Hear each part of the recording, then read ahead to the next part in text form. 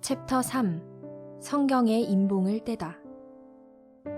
6절. 70일 금식기도 기간에 부활론을 확실히 정립하다. 제1편. 불어닥친 삶의 눈보라와 비바람을 피해. 계절 따라 내 머리 위에 쏟아지는 눈보라와 비바람도 차갑고 무서웠지만 흐르는 세월 속에서 내 인생 가운데 때를 따라 쏟아지는 생활의 차가운 눈보라와 비바람은 내 가슴을 너무나도 꽁꽁 얼어붙게 했다. 계절 속의 눈보라나 비바람은 행여 피할 수 있어도 삶의 환경의 눈보라와 비바람은 피할 수가 없었다. 그 당시 내가 다니던 성막리의 교회는 너무나도 초라했다. 그래서 베트남에서 모은 돈을 전부 헌금하여 지금의 성막교회를 지었다. 그랬지만 결국 비투성이가 되었다. 빚쟁이들이 주일마다 쫓아와 교회 책임자나 돈을 빌려간 나를 졸라댔다. 그때 그 돈은 거금이어서 만들 수도 없고 어디 가서 빌릴 수도 없었다. 할 수 없이 빚을 갚으려고 또 돈을 빌려다 인삼 지주목 장사를 감행했다. 거기서 이익이 남는 돈으로 빚을 갚으려 했던 것이다. 그렇게 남의 돈을 빌려다 사업을 벌였는데 기막히게도 그 돈마저 사기를 당하고 말았다. 그 사기꾼은 나에게 사기를 쳐놓고 오히려 자기에게 돈 이야기를 하면 때려 죽인다는 공갈과 협박에다 주먹을 휘두르며 나를 치기까지 했다. 나중에 그놈은 도망쳐 자기 삶의 장소를 숨겨버렸고 나는 어처구니 없이 사경을 헤매게 되었다. 돈을 벌어서 교회 지을 때 진 빚을 갚아야 한다고 사심없이 열심히 했건만 이런 엄청난 일이 나에게 닥치니 눈에 보이는 것이 없고 실망과 낙심의 차가운 눈보라와 비바람은 내 가슴을 꽁꽁 얼어붙게 하고야 말았다. 일생 동안 벌어도 벌 수 없는 돈을 사기당한 셈이다. 일생 동안 고생할 생각을 하니 살 맛이 안 나고 오직 죽음에 대한 생각만이 내 머리를 스쳐갔다. 신의 예정인가? 아니면 나의 잘못인가? 나중에는 우리 집에서도 내가 못된 놈에게 사기당한 사실을 알게 되었다. 그래서 모두 그놈을 잡으러 다녔으나 나는 오히려 그에게 형들이 잡아 죽이려고 하니 멀리 도망쳐서 잘 숨어라 하고 연락을 해주어 결국 못 잡고야 말았다. 이 사건을 계기로 성경의 예정론에 대한 인봉의 말씀을 깨닫게 되었는데 자세한 사연은 다음 장에 따로 이야기하겠다. 나는 대둔산과 다리골 기독굴에 가서 얼마간 생활을 하다가 삶의 찬바람이 너무 심하게 불어 더 이상 살 수가 없어 집을 나오고야 말았다. 그때부터 삼천리 방방곡곡 돌아다니면서 노방 전도를 하며 말씀을 외쳤다. 잘 곳은 특별히 없었다. 누가 데려가면 같이 가서 자고 아니면 다리 밑에 거지들과 생활을 같이 했다.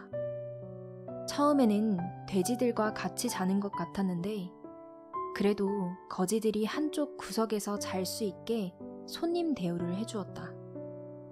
그러다 나중에는 추우니까 서로 껴안고 잠을 자게 되었다. 거지들이었지만 정도 많고 희망도 많았다. 그 꿈들이 아침 동쪽 하늘에 떠오르는 태양같이 찬란했다. 모두 제 잘난 맛으로 세상을 살아간다더니만 그 말이 통하는 이야기였다. 그때 거지들에게 먹을 것도 얻어다 주고 옷도 가져다 입혔다. 여름에 겨울옷을 사야 허라니까 사다 놨다가 겨울이 되면 갖다 입히고 겨울에는 여름 옷을 사야 허라니까 사놨다가 여름에 입혀주었다. 그러면서 그들의 대화 상대가 되어 격려하고 가르치며 희망을 더해주었다. 제2편 경기도 광주로 가다. 성막교회도 시골 교회치고는 잘 지어놓았는데 빛 독촉에 시달리게 되면서 나는 실상 교회를 재미있게 다녀보지도 못하고 나온 셈이다. 전국을 돌아다니다가 경기도 광주에 큰형님이 살고 있는 곳으로 가게 되었다. 그때가 1972년도였다. 큰형은 나를 보더니 농촌 일이 바쁜데 집안일은 얼마나 되었느냐고 안부를 물었다. 덜 바쁜 때라고 대답했지만 그 집에 장기간 머물 수는 없어서 처음에는 며칠 다니러 왔다고 했다. 그곳에서 일주일이 일순간에 지나갔다. 큰형은 집에 안 내려가느냐고 물었다. 아직 농촌이 그렇게 바쁘지 않다고 잘라 말했다. 큰형은 그래도 내려가 봐야지 부모님밖에 없는데 했다. 나는 더 이상 있을 수가 없어 거기서 나와 전도하러 돌아다녔다. 그러다 그날 밤에 들어갈 곳이 없어 산으로 올라가 밤 늦도록 기도하였다. 놀러온 자들도 다 가고 결국 혼자 남게 되었다. 거기에 6.25 참전 용사 등 포국 유공자들을 위한 현충탑이 세워져 있었는데 탑 1층에는 영혼들을 모신 벙커가 있어 경주 왕릉 속같이 되어 있었다. 추워서 그 속에 들어가 잠을 자기로 했다. 관 속에 들어가 잠을 자려고 하니 실상 무섭고 꺼림직하기 그지없었지만 잘 곳이 없고 막다른 골목이라 어쩔 수가 없었다. 베트남 전쟁 때 적군과 아군의 시체를 앞에 놓고 잠을 자던 때를 생각했다. 또 산기도를 많이 다녀 무서움에도 많이 연단되어서 실상 겁날 것도 없었다. 게다가 피곤하니까 우선 비와 찬바람을 막아주는 곳만 있어도 쉴 수 있어 감격스러웠다. 그래서 한숨의 긴 늦가을 잠을 자버렸다. 그리고 그 다음 날에는 노방 전도를 하며 외쳤을 때 감동받은 한 형제의 집으로 갔다. 경기도 광주의 한 초등학교 후문에서 학용품 구멍가게를 하는 청년이었는데 그의 집에 가서 자게 되었다. 인생의 긴 이야기를 할 수 있는 기회의 밤이었다. 충청도가 고향이라 같은 지역 사람이니 좋았고 또 그도 교회를 나가고 있었다. 내가 사명받고 노방전도를 다닌다고 하니 언제든지 자기 집에 와서 밥도 먹고 잠도 자라고 했다. 너무나도 기쁘고 마음이 놓였다. 이제 걱정은 하나하나 풀려나가고 있는 셈이었다. 다음 날에 큰형한테 가서 이야기를 했다. 인삼 농사만 짓고 못 살겠다고. 나도 사업을 좀 해보고 싶다고 했다. 그랬더니 큰형은 돈도 없이 뭘 하느냐고 하며 고향으로 내려가라고 했다. 아주머니는 시골 가면 고생만 하지. 실상 할 것만 있으면 시장에서 뭘 해도 여기서 하면 좋겠다 라고 말했다. 그래서 취직 자리를 한번 찾아보고서 없으면 고향에 내려가기로 하고 큰형 집에서 나왔다. 나와서는 계속 돌아다니며 노상에서 전도를 했고 밤에는 앞에서 말한 청년의 집에 가서 밥도 먹고 잠도 잤다. 때로는 형님 집으로 가서 자며 나는 뭘 해도 할 수 있으니 알아봐 달라고 했다. 결국 아주머니가 알아봐 주어 경안초등학교 정문 앞에 방 한 칸을 얻게 되었다. 내가 잘 장소를 마련하게 되었으니 그곳에서 잠을 자면서 낮에는 전도하여 사람들을 데려다가 성경 말씀을 가르쳐 주었다. 전도된 자들이 예수님을 믿고 교회에도 나가면서 가끔 나에게 쌀과 고기도 사다 주어 끼니를 이어가게 해주었다. 참으로 힘든 삶, 고달픈 삶이었지만 나의 길이란 이 길밖에 없었다. 그러다가 만두와 빵, 각종 과자를 만드는 법을 아는 고향 청년을 만나서 같이 일하게 되었다. 그도 베트남에 갔다 와서 제대한 사람이었다. 그때 스마일 빵집을 차려 빵을 만들어 팔았다. 처음에는 손님들이 빵이 딱딱하고 맛이 없다고 했다. 다른 빵집에서 빵을 사다 먹어보고 더 연구하여 빵을 맛있게 만들었더니 점점 소문이 나서 많은 손님들이 모여들기 시작했다. 나는 그 사람들을 전도하기 위해 덤으로 빵을 더 얹어주거나 공짜로 빵을 먹여주면서 성경 말씀도 가르쳐 주었다. 하루에 30명 혹은 50명씩 자기가 원하는 가까운 교회를 나가게 해주었다. 이러다 보니 적자 운영으로 기울어져 돈을 대주었던 고향의 이웃 청년은 더 이상 못하겠다고 판단했는지 귀한 물건들을 가지고 간다 온다 한마디 말도 하지 않고 사라져버렸다. 그래서 그 가게를 혼자 운영하다가 결국엔 문을 닫고 기도하며 성경을 연구하는 데 집중했다. 깨닫고 보니 나로 하여금 빵집을 하게 하신 것도 음식 만드는 법을 통해 하나님의 말씀을 잘 요리하는 법을 깨우쳐 주시기 위함이었다. 그때 배운 후부터 말씀 가지고 음식 요리하듯이 하여 잘 이해되게 맛있게 말씀을 쓰고 전했다. 제3편 70일 금식 기도 중 있었던 일. 고향 기독굴에서 받았던 말씀 부활론에 대해 더 깨닫기 위해 기도하며 성경을 다시 보기 시작했다. 그런데 밥 먹고 기도만 하다 보니 먹을 것도 입을 것도 다 떨어지고 말았다. 반은 굶고 반은 입맛만 다시며 얼마 동안 살다가 결국 먹을 것이 없어 아예 굶기 시작했다. 때는 73년 1월 1일부터였다. 그 전년 8월에서 9월부터도 제대로 못 먹던 몸이라 몸무게가 55kg 정도까지 내려간 데다 아주 굶기 시작한 것이다. 2달이 넘도록 굶었다. 그때는 겨울이라 산천이 다 얼고 내가 머물던 곳도 냉방이었다. 그곳에서 수십 번을 죽었다 깨어났다 반복하였다.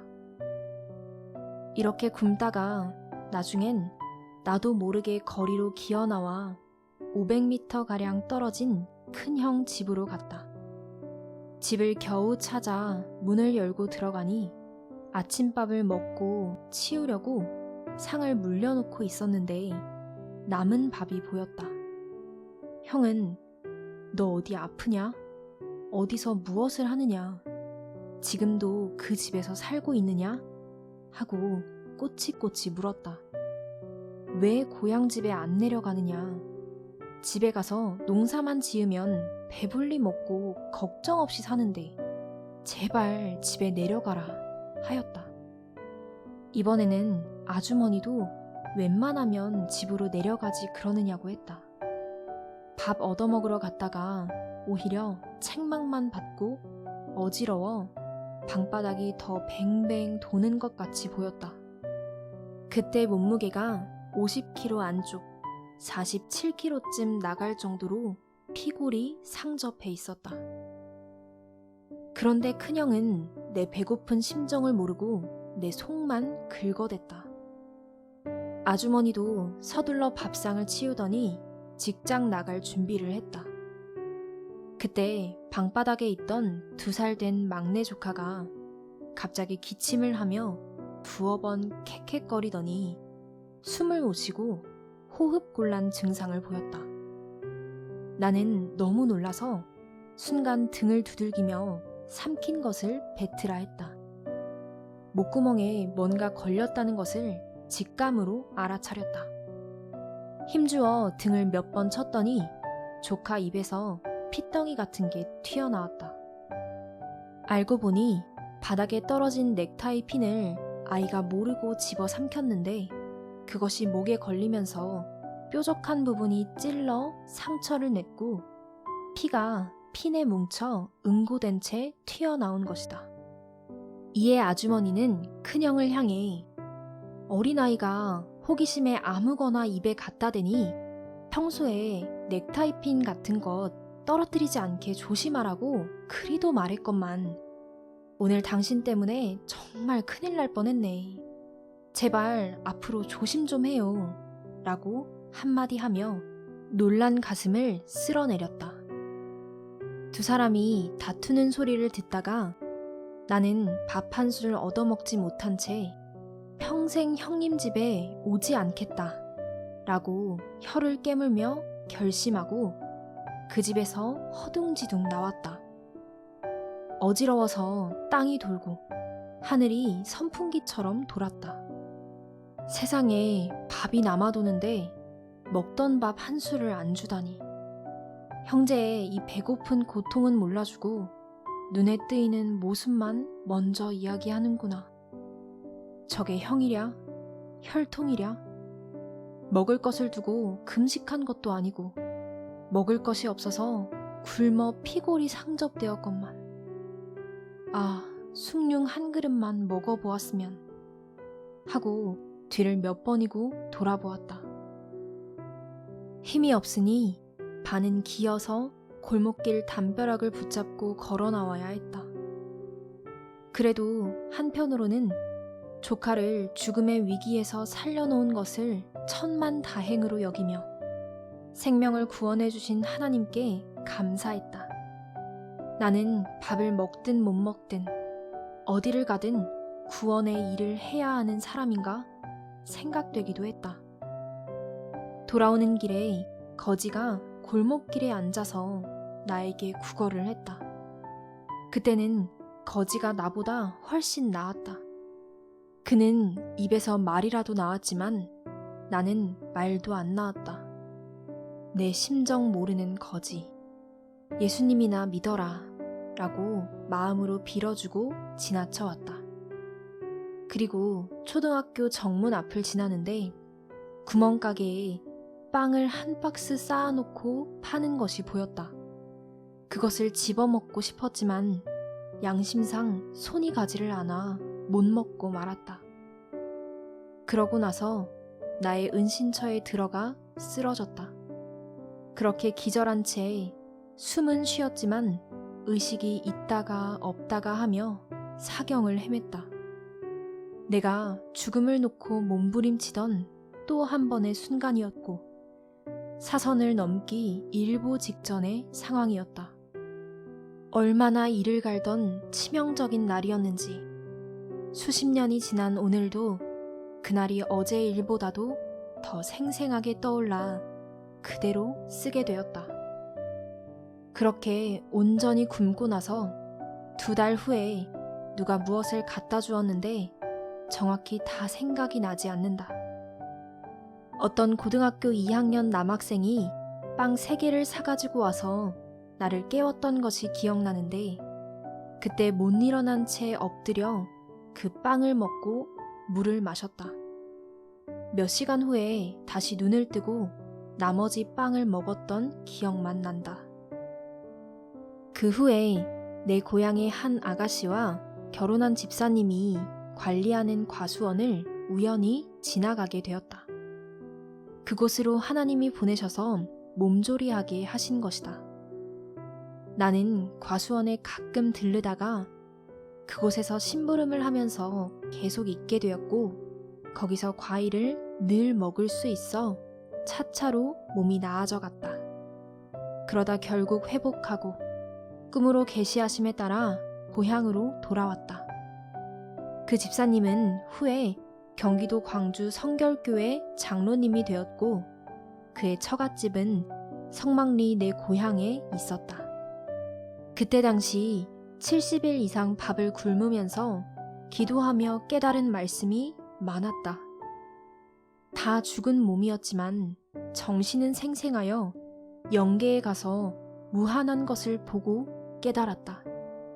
그러나 그것은 감히 사람들에게 이르지 못할 일들이었다. 성자께서는 다리꼴 기독굴에서 나를 가르치셨던 것처럼 예수님의 모습으로 선연히 나타나 부활에 관한 내용을 조금씩 더 가르쳐 주셨다. 부활뿐 아니라 인간의 모든 것, 성서의 모든 것, 또 영계의 모든 것들을 불과 몇 달 동안 다 가르쳐 주셔서 그동안 계속 연구하고 알려고 했던 것들이 싹 풀어졌다. 인간의 힘으로는 그렇게 오랜 날을 굶고 견딜 수가 없는 일이다. 이 기간 내내 하나님이 나를 붙잡고 함께 하신 것이다.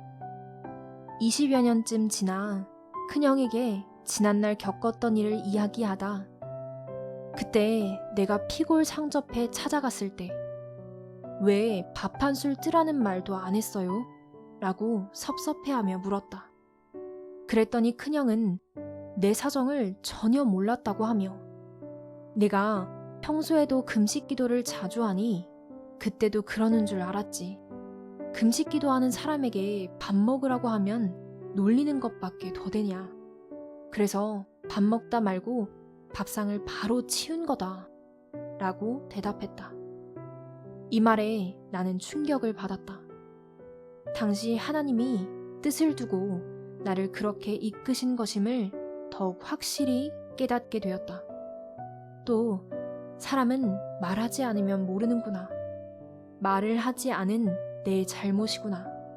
하고 깨닫고서 서운했던 마음도 풀게 되었다. 지금 다시 생각해봐도 참으로 기적적인 기간이었고 표적의 기간이었다. 하나님이 같이 행하시면 표적이 일어난다고 나는 말하고 싶다. 이 기간에 하나님이 가르쳐 주신 하늘의 비밀들과 내가 보고 깨달은 것들은 두고두고 역사에 기록해 둘 것이다.